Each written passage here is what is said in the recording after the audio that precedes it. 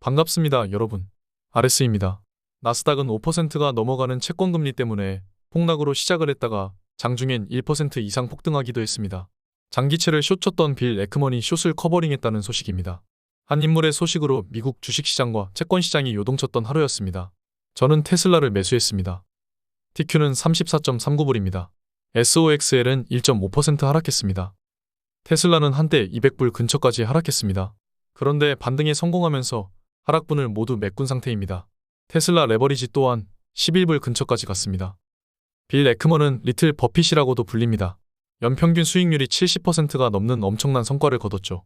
어제 장 시작하고 국채 금리가 5%를 넘어갈 때 숏을 모두 청산했다고 했습니다.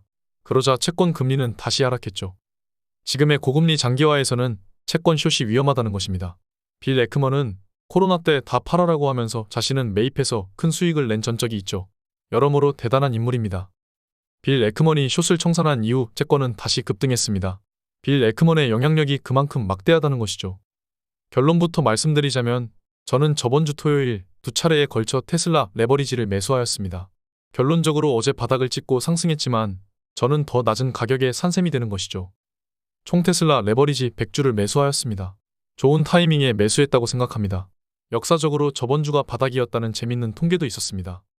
저는 어제 장 시작 후 과도하게 하락하는 모습을 보이자 테슬라 레버리지 LOC 매수로 걸어두었습니다. 그런데 걸어두고 몇 분 후에 빌 에크먼이 숏 커버링 선언을 하자 다시 말아올리는 모습을 보였습니다. 따라서 어제 매수는 실패한 것입니다.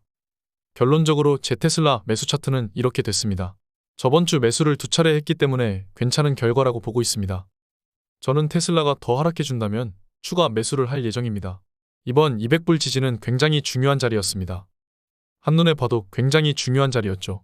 어제가 시사하는 바가 굉장히 큽니다. 빌 에크먼은 표면적 이유에 불과합니다. 밑꼬리를 길게 깊숙이 찔러놓고 다시 회복으로 마감한 신호는 긍정적이라고 볼 수 있죠. S&P 500 스파이도 굉장히 중요한 지지를 받고 마감했습니다. 여기서 더 하락한다면 그때가 정말 위험해지는 것이죠. 더 이상 지지도 없습니다. SOXL도 마찬가지입니다.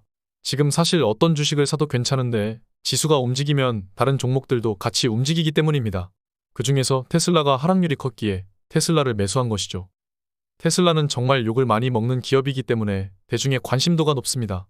유튜브에도 이런 이야기들이 많이 들려오면 그때가 매수하기 적기라는 것이죠. 제가 타이밍을 잘 잡는 이유가 있습니다. 아무리 자신이 똑똑하고 하버드를 나오고 했어도 투자는 오래 참고 기다리는 자를 이기지 못합니다. 공포에 용감하게 매수하는 투자가 진정한 투자입니다. 인간 본성을 억누르고 반대에 베팅하는 것이죠. 사람들은 공포에 더 민감합니다. 멤버십에서 저번 주부터 어제까지 매수를 하신 분들이 많습니다. 함께 투자를 하면 이렇게 용기가 되는 것이죠. 혼자 투자하면 무너질 때가 많습니다. 투자는 이렇게 하는 것입니다. 지금까지 그래왔듯 앞으로도 함께 잘 매수해보시죠. 우리는 곧 다가올 산타랠리를 타야 합니다. 오늘 여기까지 하겠습니다. 감사합니다. 지금까지 목숨 걸고 레버리지와 테슬라 투자하는 RS 미국 주식이었습니다. 감사합니다.